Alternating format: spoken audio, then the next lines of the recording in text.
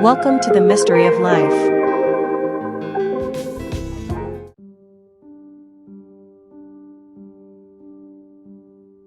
Helena Petrovna Blavatsky was a Russian mystic and author who co-founded the Theosophical Society in 1875. Having been born into an aristocratic family, Blavatsky was able to travel around the Russian Empire at a young age.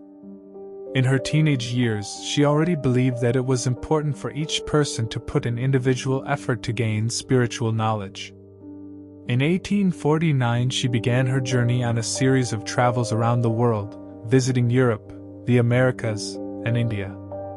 She met a group of spiritual masters known as Masters of the Ancient Wisdom. They sent her to Tibet to gain a deeper understanding of religion, philosophy, and science. Some would argue she never received this training and claimed she remained in Europe. Blavatsky moved to the United States in 1873 and became a spirit medium. Some would claim that she was a fraud. In 1875, Blavatsky co-founded the Theosophical Society in New York City with Alcott and William Quan Judge. In 1877, she published a book outlining her worldview. Blavatsky described it as the synthesis of science, religion, and philosophy, a reviving of an ancient wisdom underneath all the world's religions. In 1880, Madame Blavatsky and Alcott moved to India, where she and Alcott became the first people from the United States to formally convert to Buddhism. Their theosophy spread rapidly in India but ran into problems when Blavatsky was accused of faking paranormal experiences. With her health in decline by 1885, she came back to Europe, establishing the Blavatsky Lodge in London. She published a commentary on what she claimed were ancient Tibetan manuscripts. She called it the Secret Doctrine. She also published The Key to Theosophy and The Voice of the Silence. She died of influenza in 1891. When she was alive, Blavatsky's mission was to prove to the world that the phenomena identified by spiritualists were objectively real. She said that when spiritual mediums contacted entities, they were not the spirits of the dead, but were either mischievous elementals or the shells left behind by the deceased.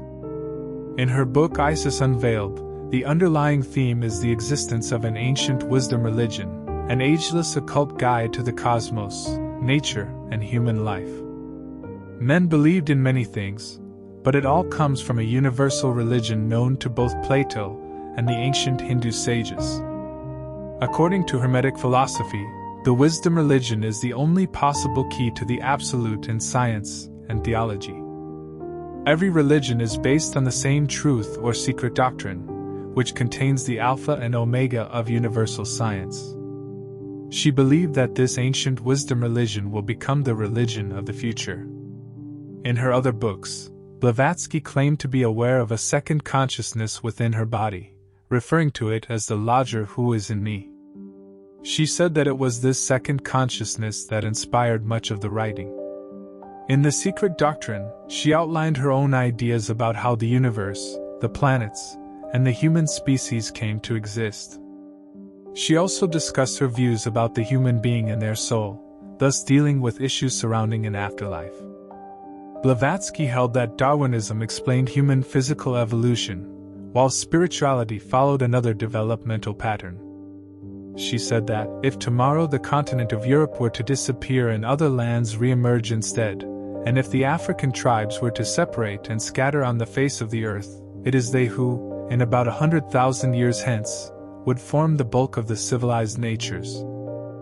Thus the reason given for dividing humanity into superior and inferior races falls to the ground and becomes a fallacy.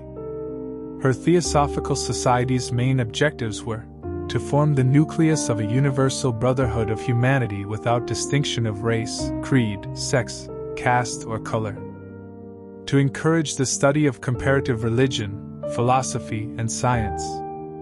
And to investigate the unexplained laws of nature and the powers latent in man. Blavatsky claimed that these theories were not her own invention, that she received them from a brotherhood of secretive spiritual adepts she called the Masters or Mahatmas. Fundamentally, The underlying concept was that there was an ancient wisdom religion which had once been found across the world. It was connected to Hermetic philosophy, a worldview in which everything in the universe comes from a godhead. Blavatsky was a pantheist and emphasized the idea of an impersonal divinity. God is a universal divine principle, the root of all, from which all proceeds, and within which all shall be absorbed at the end of the great cycle of being. The universe emanated from this divine principle, with each particle of matter being infused with the spark of the divine. Lower orders emanated from higher ones, before becoming increasingly dense and being absorbed back into the divine principle. In the beginning of time there was absolute nothingness. This primordial essence then separated itself into 7 rays, which were also intelligent beings known as the Dayan Chohans. These 7 rays then created the universe using an energy called Fohat. The earth was created and underwent 7 rounds, in each of which different living beings were created. Blavatsky believed in the idea of root races, each of which was divided into 7 subraces. The first root race were created from pure spirit and lived on a continent known as the imperishable sacred land. The second root race, known as the Hyperboreans, were also formed from pure spirit and lived on a land near the North Pole, which at that time had a mild climate. The third lived on the continent of Lemuria, which Blavatsky alleged survives today as Australia and Rapa Nui. Blavatsky claimed that during the 4th round of the Earth, higher beings descended to the planet, with the beginnings of human physical bodies developing and the sexes separating. At this point, the 4th root race appeared, living on the continent of Atlantis. They had physical bodies, psychic powers, and advanced technology. She claimed that some Atlanteans were giants and built such ancient monuments as Stonehenge in southern England. They also mated with she-animals, resulting in the creation of gorillas and chimpanzees. The Atlanteans were immoral and abused their power and knowledge. Eventually sinking into the sea, some Atlanteans escaped and created new societies in Egypt and the Americas. The 5th root race to emerge was the Aryans, who she believed would be replaced by the 6th.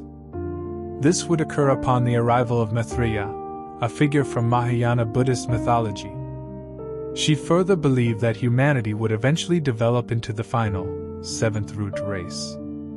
Blavatsky taught that humans composed of 3 separate parts: a divine spark, an astral fluid body, and the physical body.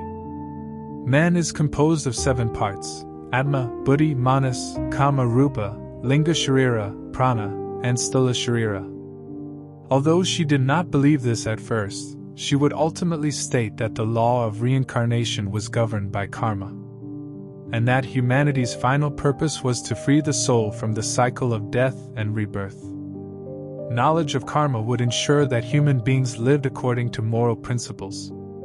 She argued that believing in karma provided a far greater basis for moral action than that of the Christian doctrine. While she acknowledged that fanatic believers remain blind to its imperfections, she wrote that such a fact was no excuse to doubt its reality. Blavatsky's cosmology contained the 4 main characteristics of Western esotericism. A. Correspondences between all parts of the universe, the macrocosm and microcosm. B. Living nature as a complex, plural, hierarchical, and animate whole. C. Imagination and mediations in the form of intermediary spirits, symbols, and mandalas. And D. The experience of transmutation of the soul through purification and ascent. Undoubtedly, Blavatsky was a highly controversial figure. Some idolized her as a holy guru while others thought of her as a charlatan. It was said that she generated such controversy because she courted publicity without knowing how to manage it. Her supporters believed that she was heavily criticized because she challenged the vested interests of both the Christian establishment and the material scientific skeptics.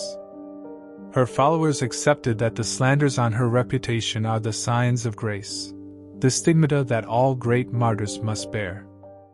Remember to tap the bell notification to be notified of new videos.